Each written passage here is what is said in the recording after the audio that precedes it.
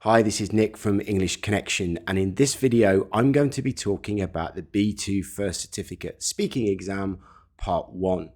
I'm going to tell you what you can expect in this part of the exam, the types of questions that you might be asked.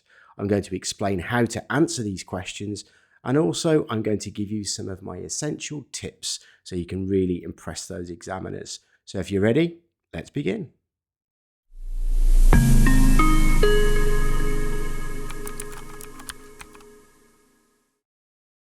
Now, before we get into part 1, I'd just like to give you some general information about the speaking exam itself.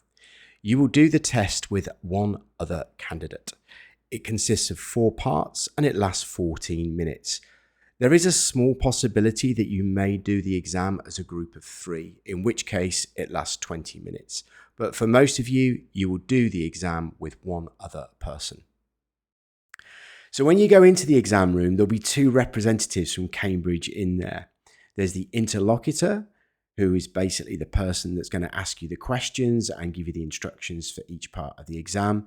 And then sat behind them is the assessor. And their job is to evaluate your performance in the key areas. And I'll be covering those in a separate video.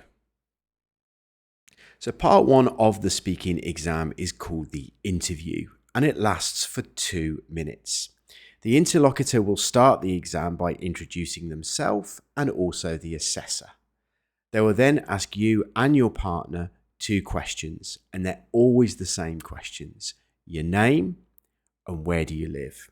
Once the introductions are over, the interlocutor will then ask you and your partner questions about you.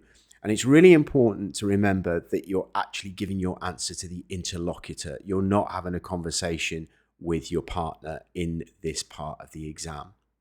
The types of questions that you could be asked could be anything from school or work, family, friends, your routine, your interests, maybe questions about holidays.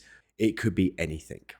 And the purpose of this part of the test is to help relax you in preparation for dealing with the more specific tasks in parts 2, 3 and 4.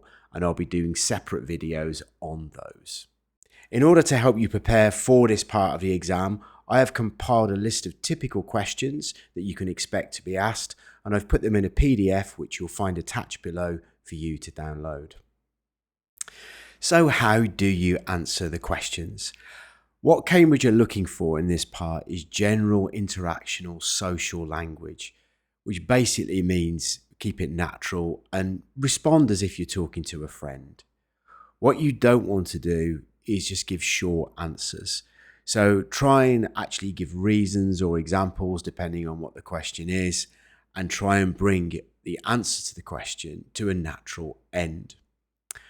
What you don't want to do is answer the question like this. Mariana, how do you like to relax at the weekend? Watch films, read books, see my friends. That's it. Remember, the examiners are there to assess your language, and if you give answers like that, well, you're not giving them any language to assess. There's no grammar, there's no structure, there's hardly any vocabulary. So let's see how it should be done. Mariana, how do you like to relax at the weekend? Well, I have a lot of nieces, so I have to do a lot of babysitting sometimes, but it's nice because I like to spend time with them. And I also like to read some books about psychology, which I'm interested in. Also watch some films to relax. I also like the mountains, to go for a walk sometimes. So yeah, that type of activities. This answer is much better. This time we've got some nice grammar, we've got some good vocab, we've got reasons, examples, and the student brought her answer to a natural conclusion. This is how you should do it.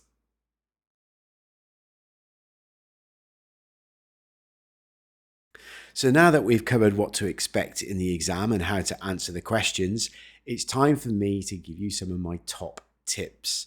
Now, my number 1 piece of advice for anybody who's preparing for any Cambridge exam is this: practice. Practice, practice, practice, practice, practice. It really is the key to success. So, how do you practice? Well, my advice is download the PDF of the typical Part 1 questions and start answering them. But record yourself on your phone. That way you can listen back and you can actually see if you're giving good answers, whether they're too long, too short, if you're incorporating some good vocab or good grammar, how natural you sound. Now, I appreciate that a lot of people are quite self-conscious when they actually hear themselves speak, but trust me, no one else has got to listen to that except for you, and it is a really effective method of assessing your own performance.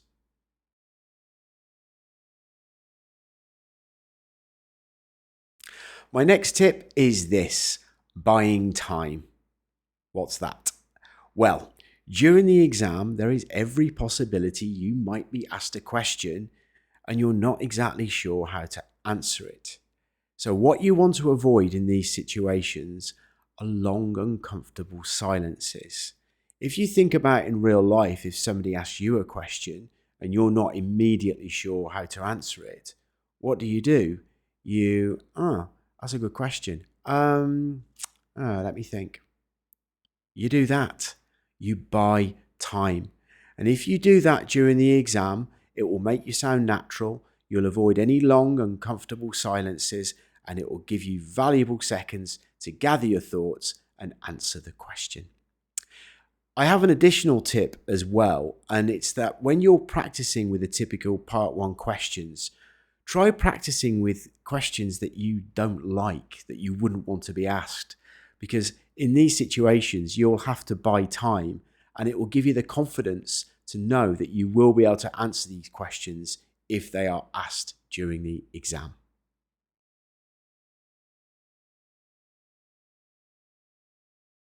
If you really want to impress the examiners with your vocabulary, a really good way of doing this is by using phrasal verbs.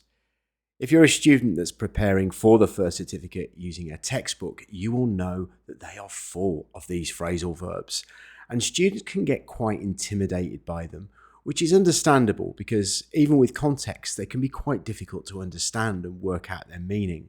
My advice is when you're practicing using your typical Part 1 questions, focus on some of the more common phrasal verbs and try to incorporate them into some of your answers.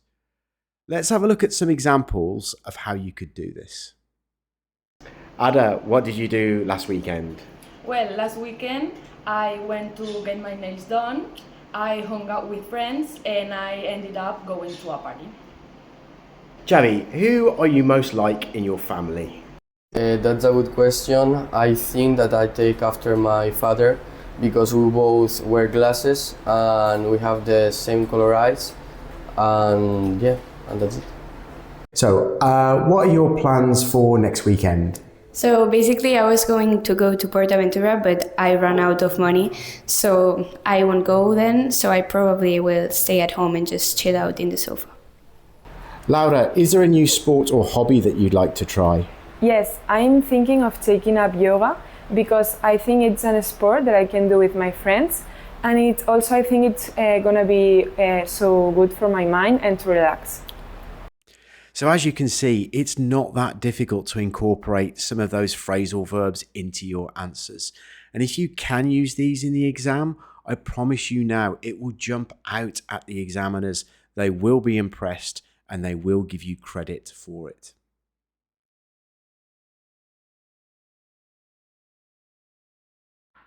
My next piece of advice is never miss an opportunity. What do I mean by that? Well, every question is an opportunity. It's an opportunity for you to demonstrate your ability by using topic-specific vocabulary. So when you're practicing, think about the topic of the question and think about what words you could use that are associated with that topic. It will impress the examiners. So let's take a look at an example. Let's say the question is, what are your plans for this weekend? Here's a couple of ways that we could answer that question? Well, not a lot actually. I'm probably just gonna watch something on Netflix and relax, maybe a film, I don't know. It's not a terrible answer, but it's certainly not going to impress the examiners. There's nothing really complex there. It's quite short as well. So let's try and answer that question again, but this time we're going to make the most of the opportunity. Well, in fact, this weekend I'm really excited because the new season of Stranger Things is on Netflix. It's a sci-fi series set in the 1980s and it's amazing. The problem is, it's impossible for me just to watch one episode because I'm addicted to it. So I'll probably binge watch the whole season in one go. So yeah, I think that's the plan. And of course, I will make some popcorn as well. Now that answer is much better and it will impress the examiners. And what's great about this is this student's actually generated her own vocabulary because it's quite an open question and she hasn't missed an opportunity. She's introduced the topic of television and then used topic-specific vocabulary like binge watch, when we watch loads of episodes all in one go, season, episode, sci-fi. And this is a great way to demonstrate how not to miss an opportunity.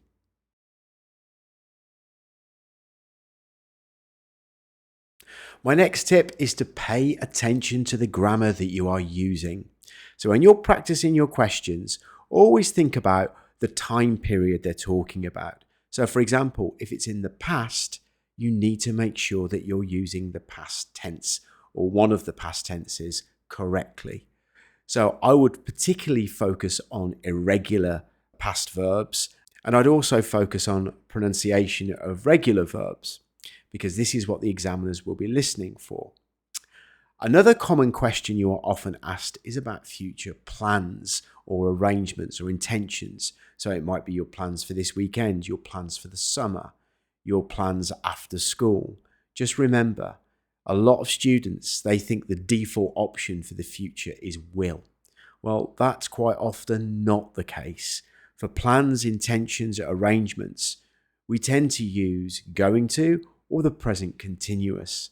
So if they ask you what your plans are for the summer, don't say, I will go to New York with my family.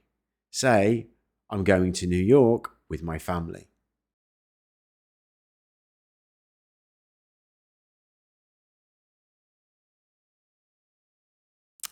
On the day of your exam, there's something that you need to accept. You are going to be nervous. When I go with my students to their exam, I always ask them how they're feeling. And if they're not nervous, that makes me nervous because it's an exam. It's completely normal to be nervous. And also being nervous is not a bad thing. It's actually a good thing because it helps you to focus and get in the zone. So on the day of the exam, make sure you accept those nerves. It's completely normal.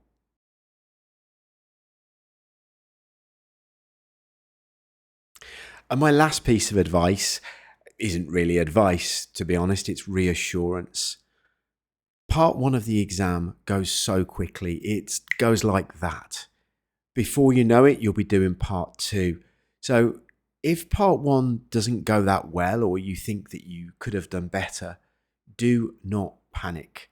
You are going to get plenty of opportunity to demonstrate your ability. And whatever you do in part 1, it's not going to define your final mark. However, I strongly believe that if you can start well, it will help you to relax quicker, and it will also give you the confidence and self-belief to do the rest of the exam well.